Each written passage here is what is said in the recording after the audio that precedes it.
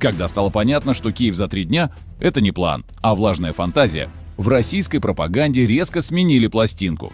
Сначала все было просто – нацисты, наркоманы, спецоперация. Но как только оказалось, что эти нацисты умеют не только мемы пилить, но еще и сжигать колонны вашей техники, началась новая глава великой лжи. На самом деле мы сражаемся не с Украиной, мы сражаемся с НАТО. Ну конечно. А то, что украинцы воюют на своей земле, на своем языке, за свои дома, это так, массовка. Типа как в «Властелине колец». А кто это у нас на передовой? Да, это просто хоббиты. Но главный враг – это НАТО. С этого момента все. Теперь, если тебе разбили батальон, это не ты лох, это просто тебя переиграл Запад. Если тебе сожгли танки, это потому, что американцы подсказали. Если ты обосрался, это потому, что в туалете стояли польские камеры. Так удобно. Воюешь вроде как один, а когда тебе дают по щам, сразу. Это все НАТО. Приветствую вас на канале «Утилизатор реальности». Здесь мы не подаем гречку в шлеме и не кричим «все по плану». Здесь мы называем вещи своими именами. Если долбоёб, то долбоёб. Если война, то война. А если вы придумали себе врага в лице НАТО, то не удивляйтесь, когда этот враг однажды постучит с крылатой. Кстати, а НАТО хоть в курсе, что оно воюет? Или опять война, где одна сторона не пришла? Ладно, допустим, ты, Россия, реально считаешь, что воюешь с НАТО. Хорошо, но у меня только один маленький вопрос. А НАТО об этом вообще знает? Потому что складывается впечатление, что ты как тот долбодятел, который объявил дуэль, но пришел на нее один, в тапках из половины палки от швабры. Посмотри сам, на украинских фронтах ни одного натовского солдата, ни одного батальона под флагом Альянса, ни одной официальной операции с печатью НАТО. 0. Да, помощь есть, вооружение есть, разведка, конечно. Инструкторы где-то за кулисами, скорее всего. Но все это инициатива отдельных стран, а не военная операция НАТО. Польша, США, Британия, Германия, каждый помогает как может. Но никакой объединенной коалиции с флагами и маршами тут нет. Это все равно, что получить по морде от соседа, а потом бегать по району с криками «Я воюю с ЖЭКом!». Вы, ребята, придумали себе НАТО как финального босса, чтобы оправдать то, что не смогли пройти даже украинский туториал. Но сюрприз. Босс не появился, игра идет без него. Сейчас будет больно. Вам. Ну окей. Раз уж вы там в Кремле так упорно врете себе в глаза и убеждаете, что воюете с НАТО, давайте поиграем в эту игру по-честному. Представим, что завтра НАТО действительно решает. Ладно, хватит, идем воевать с Россией. Без ядерки. Только обычные войска. Танки, самолеты, корабли, ракеты. Без всякой атомной хуйни. Вот прям как вы любите, по понятиям. И тут начинается самое интересное, потому что в такой войне вас даже разъебывать не придется. Вы рассыплетесь по пути к передовой.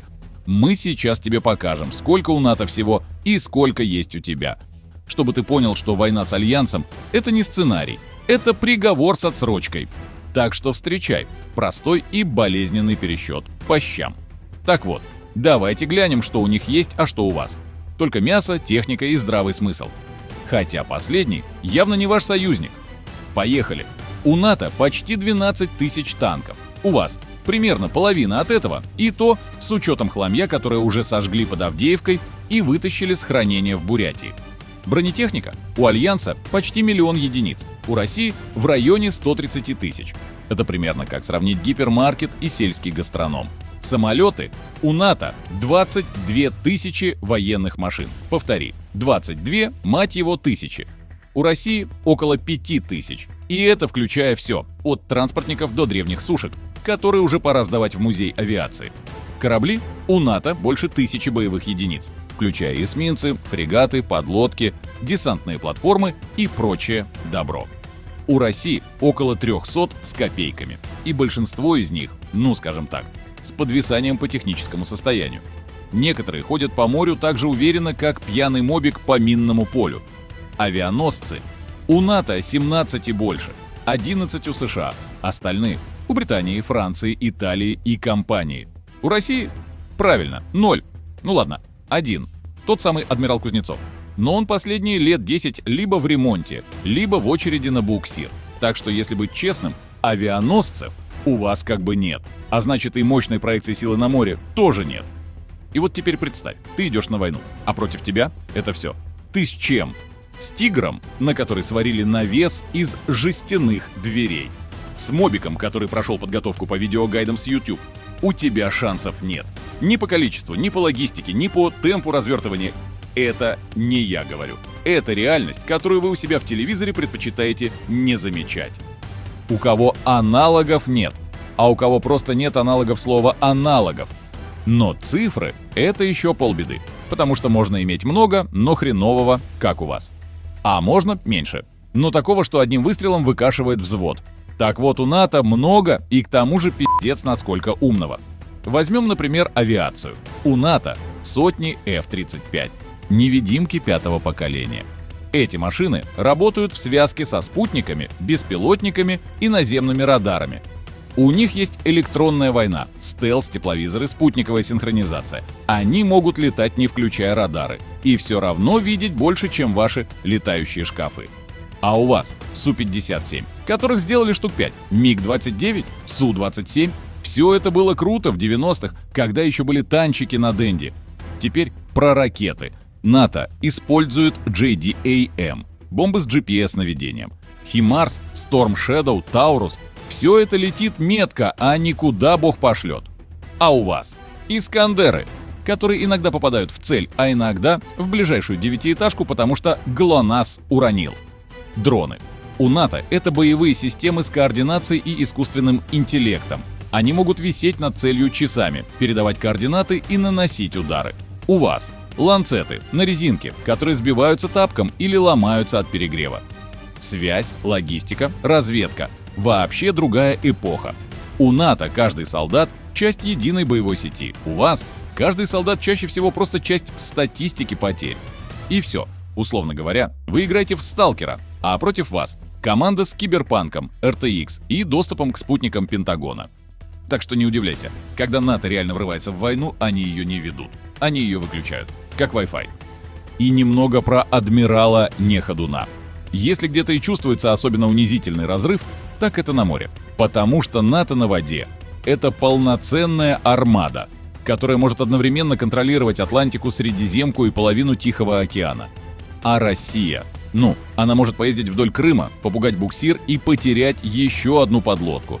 Смотри сам, у одних только США 11 авианосцев, плюс Британия, Франция, Италия, Испания, еще по 1-2 штуки. Каждый — это плавучий аэродром с десятками самолетов и тысячами персонала. А у России, правильно, адмирал Кузнецов. Легендарный, один, неповторимый. И что важно, не плавающий. Сколько лет он уже стоит в ремонте, никто не считал. Но есть ощущение, что если бы его делали в Майнкрафте, он бы давно уже сгнил. Из него уже столько раз валил дым, что впору ставить его на вооружение МЧС, как учебный объект. Он больше работает как мобильная дымовая завеса, чем как боевой корабль. И это единственный авианосец Российской Федерации, который по сути просто не существует в реальном времени. А что у НАТО? Кроме авианосцев, десятки фрегатов, эсминцев, подлодок. У них даже десантные платформы с танками и беспилотниками есть, которые сами приплывают, выгружаются и наваливают. А у вас есть флот на бумаге. Любая реальная конфронтация на море закончится так быстро, что экипаж Кузнецова даже не успеет закончить кашу. Шиза — это не диагноз, а военная стратегия. Все. На этом моменте можно уже закрывать карту мира, выключать телевизор и сжигать методичку. Вы, долб***вы, правда думаете, что воюете с НАТО? Да НАТО, сука, не в курсе, что с вами идет война. Это как выйти на ринг, упасть лицом об канат и орать, что победил Майка Тайсона. Вам насыпают пиздюлей от страны, которую вы считали несуществующей. Вы тонете в войне против тех, кого называли кучкой нацистов. А теперь вдруг выясняется, что вы боретесь с альянсом из 31 страны, с тысячами танков, десятками авианосцев и F-35 на каждом аэродроме. Да вы охуели, честно. Успокойтесь. Вам бы справиться с мобилизацией, не захлебнуться в коррупции, не просрать еще пару самолетов на аэродромах и научиться выдавать форму по размеру. А НАТО пока просто смотрит. Но если однажды оно действительно зайдет, вы не успеете даже мобилизовать Малахова, вы закончитесь быстрее, чем греется Кузнецов. Без песни, без парада, без права на отмазку. Так что не уебывайтесь, вы не против НАТО. Вы в отдельной, локальной, постсоветской трагикомедии. Просто запомните, если война с НАТО и начнется, она для вас закончится быстрее, чем Киев за 3 дня. Вы были на канале Утилизатор реальности. Если ролик зашел, поставь лайк, напиши пару слов в комментах и скинь ссылку другу, который еще верит в мультики про денацификацию. До встречи в следующих выпусках. Всех обнял. Быть добру.